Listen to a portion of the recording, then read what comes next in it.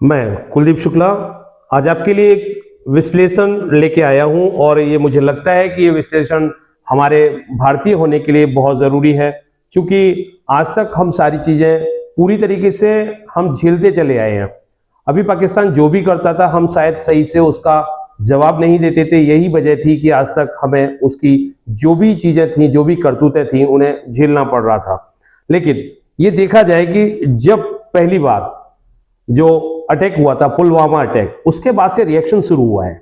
पुलवामा जब अटैक हुआ 16 फरवरी 2019 को, और उसके बाद से हमारी सरकार ने उन्हें जो जवाब देना शुरू किया है, उसी का शायद एक नतीजा है कि अब थोड़ा सा डर व्याप्त होने लगा है। पुलवामा अटैक के बाद में जो हमने बालाकोट एयर स्ट्राइक की थी, उसमें जो भय था वो शायद अब अगले जो 6 साल हैं इनमें थोड़ा सा कम होता नजर आ रहा था। इसीलिए ये पाकिस्तान की हिमाकत थी कि उसने फिर से हम पे एक बेदर्द तरीके से हमें एक घाव देना चाहा। लेकिन वह ये भूल गया था कि ये वही सरकार है, ये वही लोग हैं जो उसे पूरी तरीके से नेस्तनाबूद करने के लिए तैयार बैठे रहते हैं। हमें इस बात का बहुत बेहद खुशी है कि हमारी सरकार हमारे मंसूबों को साथ लेते हुए आगे बढ़ती है। जिस तरह से जनरल आसिफ मुनीर ने ये एक ऐसा पूरा षड्यंत्र रचा और उसके थ्रू हमारे जो 28 लोग जिन्हें जान गंवानी पड़ी, उसका पूरी तरह से जो जवाब, माकूल जवाब जो दिया है हमारी सरकार ने, उसमें जो हमारी सरकार ने ऑपरेशन सिंदूर किया, सही मायने में देखा जाए तो ये उन शहीद, हमारे जो 28 शहीद हुए थे, उनकी जो पत्नियां थीं, उनको सही से एक मंच देने के लिए, एक सही से उदाहरण देने के लिए इसका नाम भी हमने ऑपरेशन सिंदूर रखा। यही गवर्नमेंट हमारी जो है वो खत्म नहीं किया है सारी चीजें। ये जो हमारे अजीत डोभाल जी हैं, एनएसए है। देखिए, मैं एक वर्ड है हमारे टाइम में एक बहुत एक फेमस तिकड़ी हुआ करती थी जिसे हम ईल वील फत्ते कहते थे। तो आज मुझे लगता है कि बिल्कुल ये जो वर्ड है ईल वील फत्ते का है ना, ये बिल्कुल सटीक तरीके से आगे जा रहा है कि हमारे जो एनएसए हैं अजीत डोभाल जी, दूसरे नंबर पे हमारे जो एस जयशंकर जी हैं विदेश मंत्री जो हैं हमारे वो, और तीसरे नंबर पर राजनाथ सिंह। ईल वील फत्ते हमारे जो मिलके हैं मोदी जी की इस तरह से वर्कआउट कर रहे हैं कि अब भारत की तरफ नजर उठा के भी देखना पाकिस्तान के लिए बहुत ही घातक सिद्ध होगा। आत्मघाती हमला जिसे बोलते हैं, तो ये आत्मघाती हमला वैसे तो हमेशा आतंकवादी किसी दूसरे के मारने के लिए करते थे, लेकिन मुझे लगता है कि अगर इस तरह की अगर कोई करतूत करता है पाकिस्तान, तो वह ये आत्मघाती हमला खुद अपने आप को कर रहा है।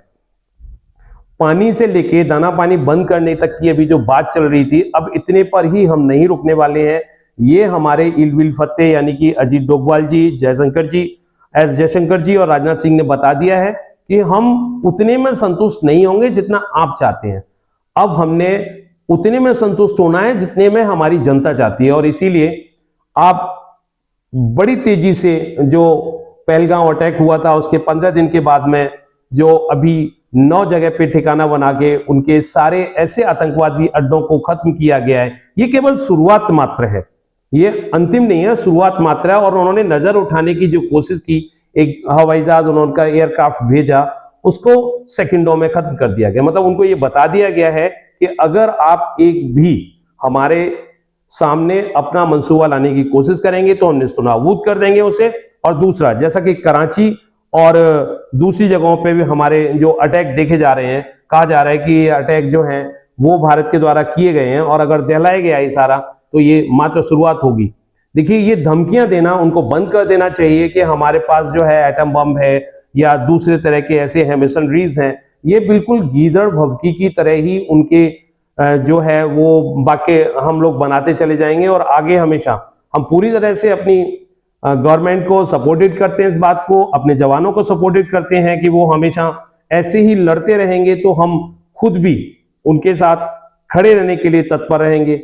और मुझे लगता है कि ऐसा ही होता है। देखिए, एक अच्छी बात ये निकल के आई थी पूरे सिस्टम में, जो ये पहलगांव अटैक हुआ उसके बाद में जो 9 जगह को शूट किया गया है, और उसमें देखिए, चूंकि मैंने पहले भी कहा था कि हमने अपनी ही जनता को, चाहे वो मोमडन है या वो हिंदू है, को अटैक नहीं करना है, वहां पर खुशहाली लानी। वो चाहते, पाकिस्तान चाहता है कि यहाँ खुशहाली नहीं रहनी चाहिए, और वही सब हटाने के लिए हमें एक ऐसा जवाब दिया है कि हमारी कर्नल सोफिया ने।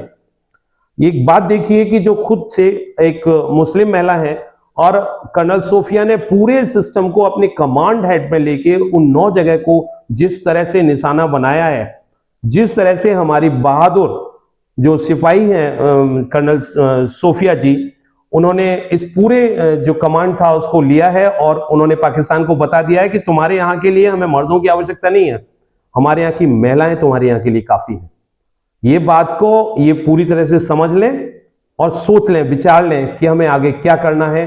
अगर पाकिस्तान को रहना है तो ये सारे आतंकवाद को खत्म करना होगा और नहीं रहना है तो अपने अंतिम पड़ाव के लिए वो अच्छी तरह से अपने दिमाग में इस बात को बिठा ले कि हमारा अब अंत बहुत ही पास है।